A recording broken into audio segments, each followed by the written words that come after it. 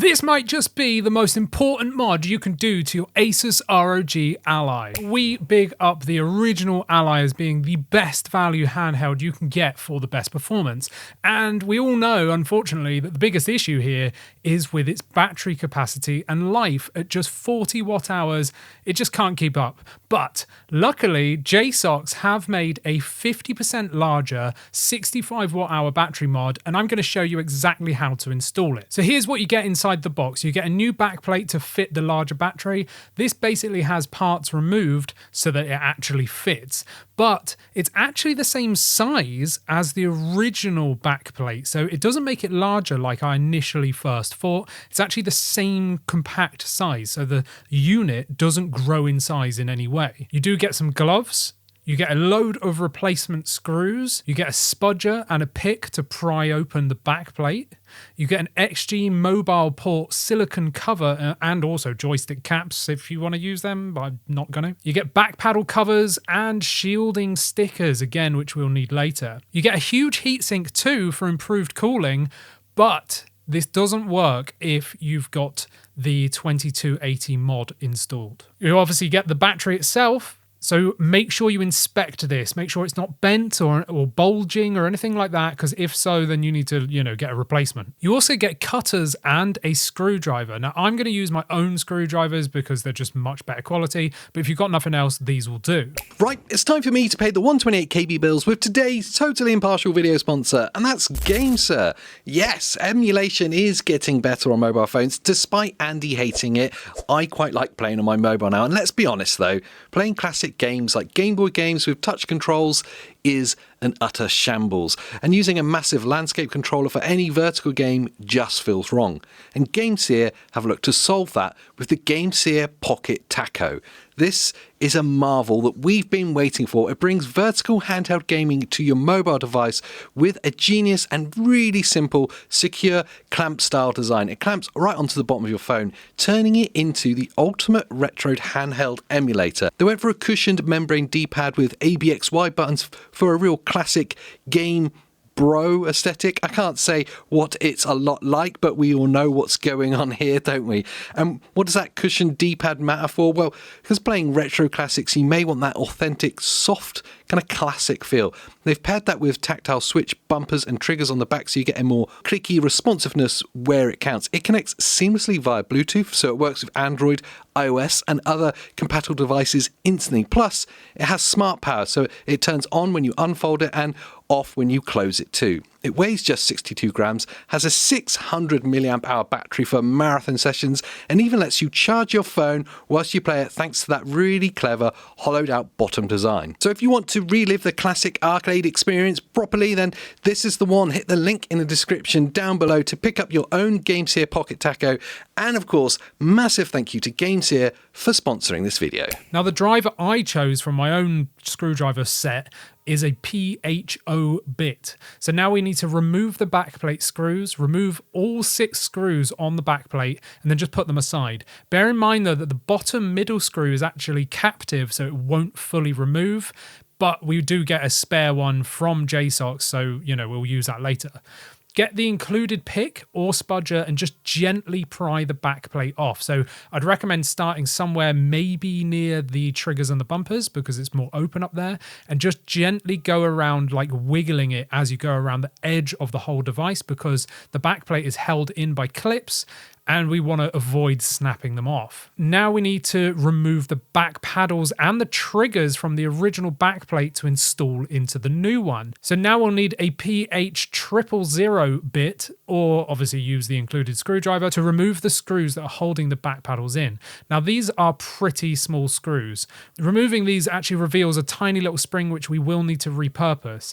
Now you can remove the back paddles as well, they just pop out. So since this is my wife's Ally and she absolutely hates back paddles, I'm actually using handheld DIY flush fit back paddles instead of the 3D printed ones that she already had installed, but the same process applies. Now get your back plate and push your back paddles into place, replace the springs and the screws, but be careful not to fully tighten them down, otherwise your back pedals won't actually move and you won't be able to use them. They'll just be locked in there. So there needs to be a bit of give there, and you are able to feel how much throw you want. Just adjust the screws tightness accordingly. Now go back to the original backplate and start unscrewing the trigger screws. There's actually 2 up there, and then just gently wiggle the whole sort of unit out. It's pretty easy to do, to be perfectly honest. So do this on both sides and then place the triggers into the new backplate and replace the screws.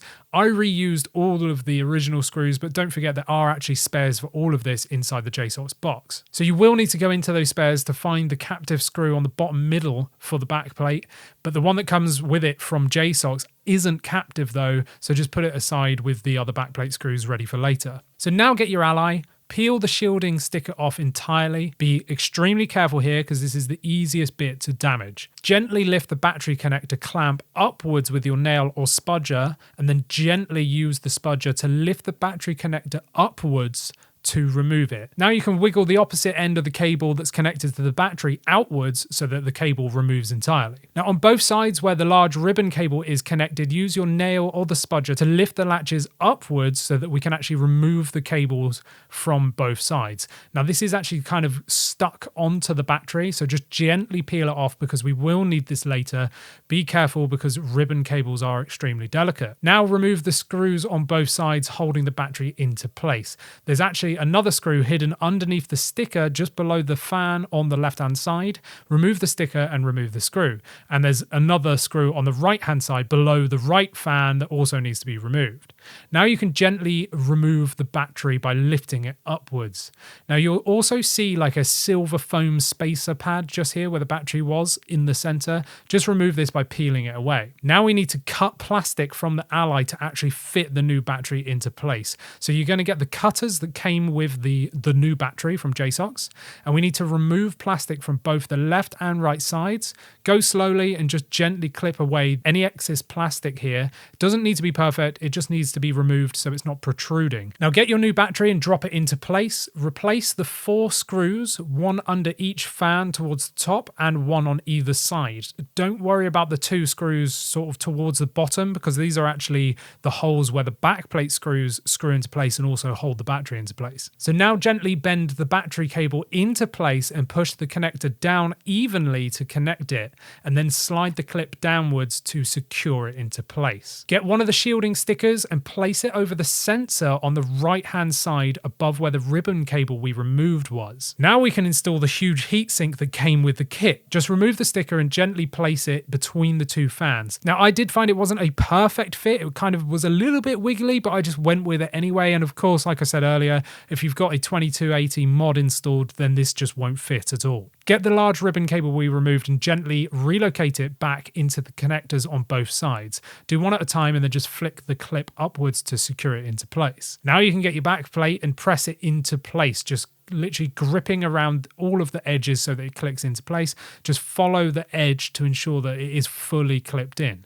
And now you can replace all the screws, including the bottom middle one that we got out of the JSAUX replacement spares earlier. Now don't over tighten all of these. Just screw them until they're finger tight. So as soon as they stop turning, just leave it as that. There's no need to wrench these tight because you will crack the plastic. Now you can connect your power adapter. So get the official one or whatever power adapter you use to charge your ally. I'm using a power bank here in the video, but whatever. Oh, and before I actually plugged this in, I put one of those silicon XG mobile port plugs in because it actually is really good and it makes it way more aesthetic, makes it easier to find the USB-C port. But anyway, connect your power to the ally, and if all has gone well, then you should see the charging LED indicator light turn on like mine did. Now, if you're not getting the indicator light, if you're getting no charge or anything like that from those LEDs, then you may want to recheck your ribbon cables and, of course, the battery connector to make sure all of this is fully seated. Providing you're getting the LED indicator light turn on, now you can turn on your ally, and mine actually booted immediately to show the ROG splash screen, but it did take a solid 5+ minutes before it properly booted. So just be patient. Don't worry, just wait. And that's it, you're done. You've successfully completed your battery mod swap on the ROG, the R.O.G. Ally, the original one. Just make sure to leave it to fully charge up before you start using it. But that's it. I've actually had this mod installed. This footage has been from like 6 months ago. I was kind of sleeping on this video. I was almost tempted not to do it, but then loads of people were like, hey, Andy, where's the video gone? You know, like I can't find it on the channel. I'm like, okay, maybe I should actually reuse this footage because it's just sat on my drive there waiting to be done. So there you go. That's how you do it. Obviously, leave any comments that you have down below. Just go slow, watch the video a couple of times or whatever before attempting it, and you'll be fine, and you'll be getting the best longevity out of your OG Ally, which we still dub as the best value handheld. Even with this battery mod swap, we think it's totally worth it. And like I said, I've been using this mod for like 6+ months. My wife uses it pretty much daily, not had an issue. She gets so much game time out of it now. It's a brilliant mod, highly recommend it. Anyway, that's the video. Let us know everything that you're doing and whatever down in the comments. I don't know what you're doing. Like, what are you doing with your life? Tell me in the comments.